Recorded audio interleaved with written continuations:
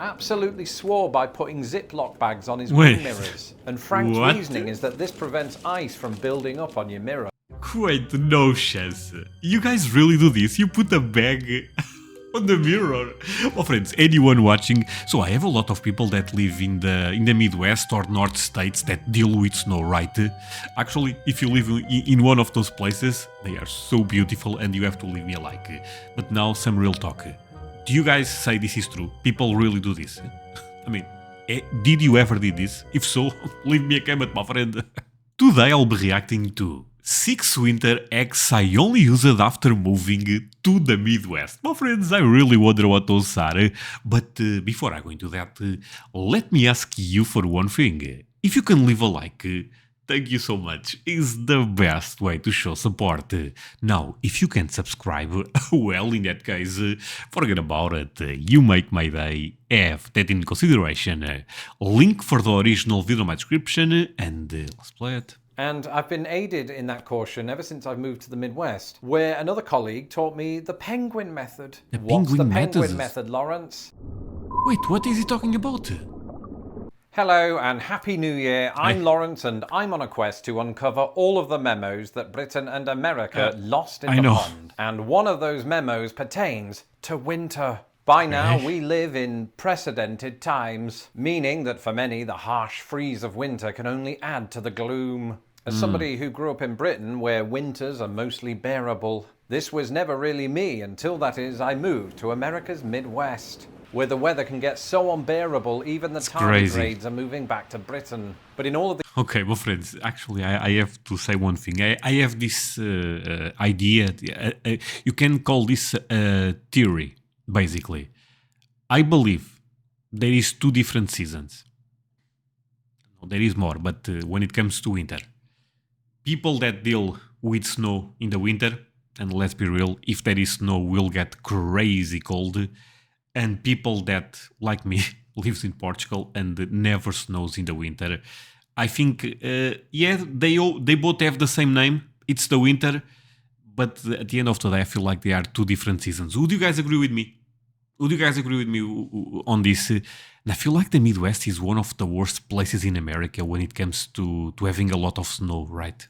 The years that I've been describing this, there's one thing that I haven't told you. That along the way, I've picked up several hacks, that is, clever workarounds, to make Midwestern winters 22% more bearable. So tricks. 21% more bearable. And I know what you're thinking, those content creators who come up with hacks are themselves hacks. But it's different this time because I'm not entirely convinced by some of these hacks, and you'll see what I'm talking about in just a moment. Fair. Oh yes, and just to preempt those of you that live in a cold place that isn't the Midwest, like Alaska or Greenland or an iceberg in the middle of the Atlantic, I'm quite aware that Sorry, but honestly, the north of America is crazy cold, right? Everything that is near to Canada, forget about it. It's really cold.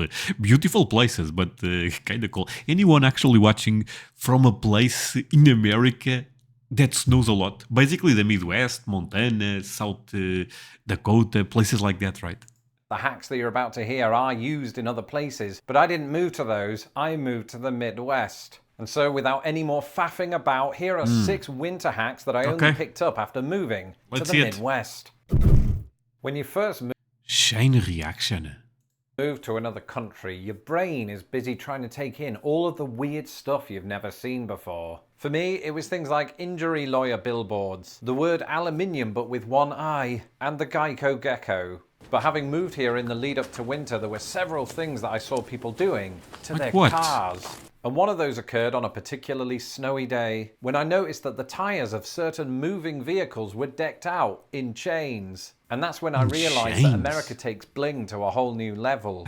But this wasn't for decorative purposes. People in the Midwest and other cold places equip their cars with tyre chains. What the hell?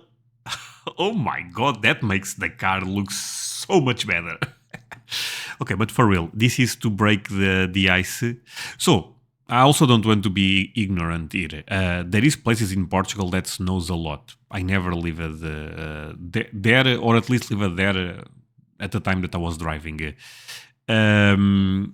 I actually have family living in places like that, so I had an idea that they ended up putting something on you know, on the tires. But okay, this is cool.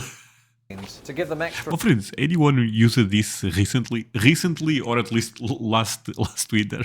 traction in the snow or ice. Sorry. Let's grind a bit back. But this wasn't for decorative purposes. People in the Midwest and other cold places equip their cars with tire chains to give them extra traction in the snow or ice. Now, Okay. before that well-known anti-chain brigade comes at me with all of the laws and legal ramifications, it turns out that while mostly legal, laws around tire chains do vary by state. So be sure to look those up at your own leisure/leisure. So now that Wipe it off. Yeah, this sounds weird.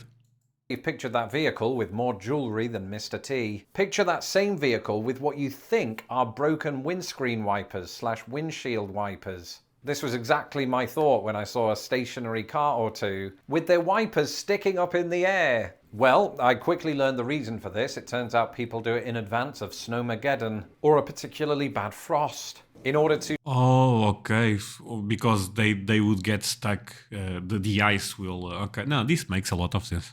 prevent the wipers from freezing to the window. And while I have myself made use of this, and while it does make things easier, there is something oddly gratifying about pulling a frozen wiper from the window, so long as you don't snap it. And anyway, it wasn't my car.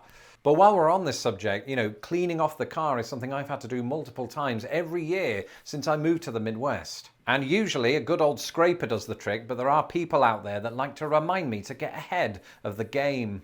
Okay. And Reflect on this. No idea. apparently that doesn't just entail putting your wipers up the night before. An old work colleague of mine who was really into cars, we'll call him Frank, they're always Frank, absolutely swore by putting Ziploc bags on his Wait. wing mirrors. And Frank's What? reasoning is that this prevents ice from building up on your mirror. Wait, no chance. You guys really do this? You put a bag on the mirror? Well, friends, anyone watching, so I have a lot of people that live in the Midwest or North states that deal with snow, right? Actually, if you live in one of those places, they are so beautiful and you have to leave me a like. But now some real talk.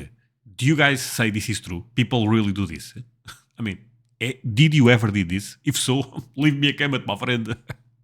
Crazy. And so I tested it, and sure enough, so long as you seal the bag properly, this method does work. Ooh, you have to seal it. Interesting. Really interesting. The only thing is, it takes about as much André, would you ever need that? Probably not. I mean, who knows? I mean, life changes so fast, but who knows, right?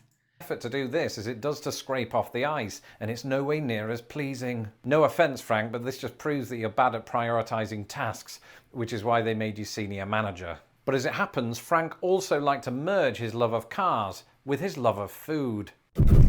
Frank... You say potato? Potato? Potato, potato? Potato? No, never mind. That was even worse. Potato. You say potato, okay? Frank was one of those people who was always just sort of there. But having seen much of the world from Plymouth, Indiana to Lebanon, Indiana, Frank was never afraid to impart his sage wisdom. And that's why he advised me during one particularly harsh winter to rub the family car with potatoes. This isn't... No. This is a joke, right? This has to be a joke. This is not a joke. The theory goes that Not a joke. taking a sliced potato and then rubbing it against your window will disperse the sugar content of your potato. Okay, I'm gonna run this part back. This one is crazy. Wait, what the hell? Potatoes. This is not a joke. The theory goes that taking a sliced potato and then rubbing it against your window will disperse the sugar content of your potato across the window and thus create some sort of magical force field against the ice. And it turns out Frank was right. It really does work. Wait, it works. If you rub a potato all over your car, no matter if it snows, the ice will not stuck there. Oh my god, anyone can confirm this. This is actually a crazy hack. You know, if this works, this is crazy.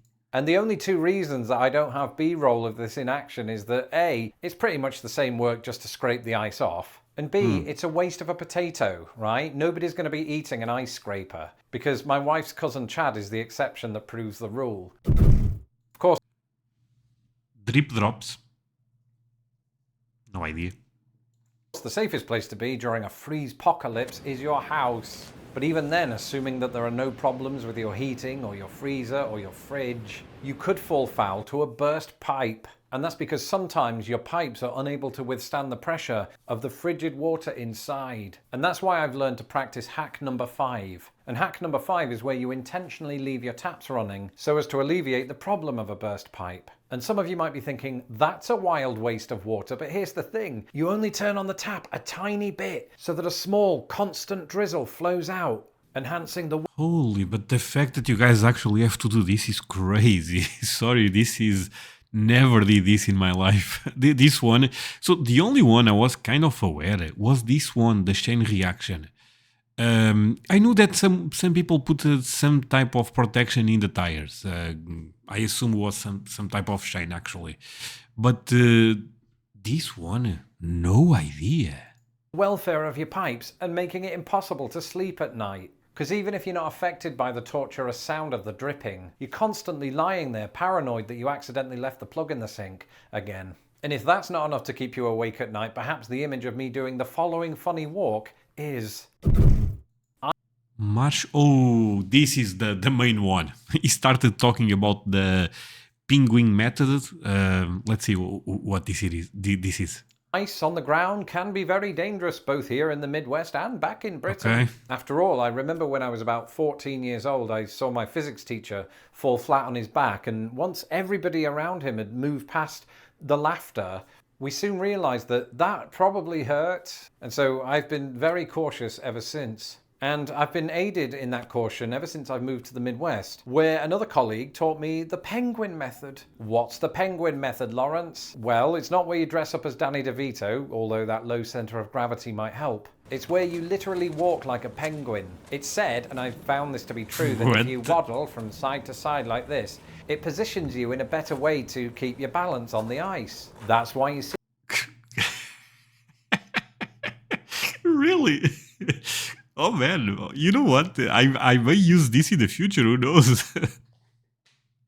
That's kind of cool.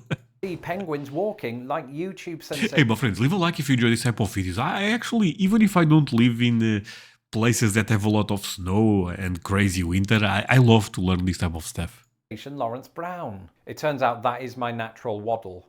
Now, I am not a penguin waddle instructor, nor am I a penguin officially. So don't use this video as a how-to. Okay. Instead, I'll link to an article about it in my description below. That way, there is science behind it's on someone else. Happy New Year, everyone. That's it for this episode. Let me know in the comments below if you have any winter hacks. I'm Lawrence Brown. You can follow me on Twitter. Okay, I have a winter hack, my friend. I have two. One, put more clothes. That's how I deal with cold here. Number two, if that does not work, fire up the fireplace. If that makes fire. Okay, you guys get the point, right? Yeah. Great idea, right, my friends? At Lost in the Pond US. And don't forget to subscribe to my channel and click the bell so that my videos don't get lost in the pond. Every single one of these videos is made possible by my 300+ patrons. If you would like to become a patron of Lost in the Pond, you can do so today at patreon.com/lostinthepond. Okay. Until the next video, do wrap up warm. Oh, thank you so much, my friend. 4 ways British and American malls are very different. What? My friends, you know what? Leave me the number 4 if I should watch this one. How? Because I'm curious to watch this one in the sense that I reacted to American malls in the past and I thought they are quite similar to the European ones. This should be interesting. That said, my friends, thank you so much for watching this with me. Really means a lot. You guys end up staying until the end. And yeah, see you guys in the next one. Bye, my friends. By the way, if you leave the number 4, I also know you end up staying until the end.